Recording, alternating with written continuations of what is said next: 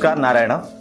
सिंह राशि भएका व्यक्तिहरू 2083 सालमा सिंह राशि भएका व्यक्तिहरूलाई कस्ता खालको प्रभाव रहेका छ, कस्ता खालको फलहरू सिंह राशि भएका व्यक्तिहरूलाई प्राप्त रहनेछ 2083 सालमा। 2083 साल सिंह राशि भएका व्यक्तिहरूको लागि चाहिँ मध्यम शुभ फलदायी देखिएको छ, मध्यम फलदायी देखिएको छ।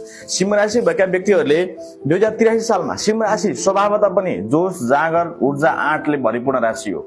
हरेक कुरामा दुःख भए पनि, कष्ट भए पनि हरेक कुरालाई सहेर अगाडि बढ्ने खालको क्षमता सिंह राशिसँग हुन्छ। सिंह राशि झुक्न जान्दैन, सानो हुन जान्दैन। हरेक कुरामा सिंह राशि भएका व्यक्तिहरूको मुख छुचो भए पनि पेटमा पाप हुँदैन। सिंह राशि भएका व्यक्तिहरू हरेक कुरामा अत्यन्त हिम्मतिला, आँटिला, जोसिला र हरेक कुराहरूमा चाहिँ आँट र साथ राख्ने खालका व्यक्तिहरू रहेको छ। सिंह राशि भएका व्यक्तिहरूले आँटले नै हरेक कुराहरूलाई परिपूर्ण गरिदिन्छ। तैपनि 2083 साल सिंह राशि भएका व्यक्तिहरू के कुरामा ख्याल गर्न पर्छ मैले तपाईँलाई जानकारी गराउँछु। अडैया शनिको प्रभाव देखिन्छ वर्षभरि। अडैया शनिको प्रभावले गर्दाखेरि चाहिँ के काममा ढिला सुस्ती हुन्छ, नआत्तिनु होला, सममित रहनु होला। सिंह राशि व्यक्तिहरू भोलि के हुन थालेको छ भने आजबाट आत्तिहाल्ने, एकदमै चाहिँ हतार गर्ने खालको बानी पनि रहन्छ। यसबाट चाहिँ विशेष बस्नु होला।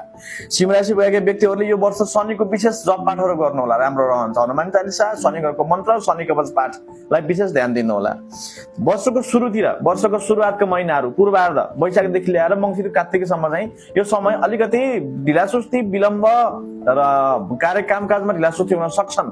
तैपनि यसमा नहतारिकन संयमपूर्वक अगाडि बढ्नु होला। आवेशमा आएर कुनै रिस, क्रोध र ठुलो के डिसिजन झ्याप्प लिनु भयो भने त्यो कुराबाट तपाईँलाई हानि गर्न सक्छ। संयमता यो वर्षको तपाईँहरूको मूल मन्त्र रहेको छ सिंह राशिको लागि। त्यसै गरिकन चाहिँ खर्च के बढ्न सक्ने अवस्था रहेको छ। सामान्य चोटपटकका भयहरू देखिन्छन्। आफन्तबाट पनि धोका रहन सक्छ। पूर्वार्धमा यो फल बढी प्राप्त हुन्छ, उत्तरार्धमा यो फल कम प्राप्त रहला यहाँलाई। त्यसै गरिकन चाहिँ जग्गा जमिन सम्बन्धी विवाद, साथसाथै पैतृक सम्पत्तिमा पनि कतै के विवाद रहन सक्छ, यसबाट ख्याल गर्नु होला।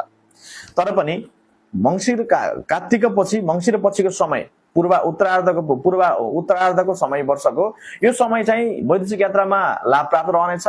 वर्षभरि नै व्यापार चाहिँ सामान्यतया राम्रै रहनेछ। जागिरीबाट पनि राम्रै फल प्राप्त रहनेछ। कृषि पशुपालनबाट चाहिँ अलिकति भने जस्तो लाभ र आम्दानी हुनमा चाहिँ केही समस्या रहन सक्छ। यसलाई विशेष ख्याल गर्नु होला। र जेठ महिना, असार महिना, कार्तिक, माघ र चैत्र महिना, यी महिनाहरू सिंह राशि भएका व्यक्तिहरूको लागि चाहिँ शुभ महिना हुन्, राम्रो महिना हुन्। यी महिनामा जे पनि कार्य गर्न सक्नुहुन्छ र कार्यहरू तपाईँका बने जानेछन्। विशेषतः सिंह राशि भएका व्यक्तिहरूले चाहिँ कसैप्रति विश्वस्त रहेर भर परेर कुनै पनि कार्यहरू गर्नु हुँदैन। विश्वास रहेर भर परेर कुनै पनि कार्यहरू गर्दाखेरि चाहिँ तपाईँहरूलाई त्यसबाट धोका हुन सक्छ। त्यसले गर्दा हिम्मत, जोश र जाँगरलाई विशेष अवलम्बन गरेर अगाडि बढ्नु होला।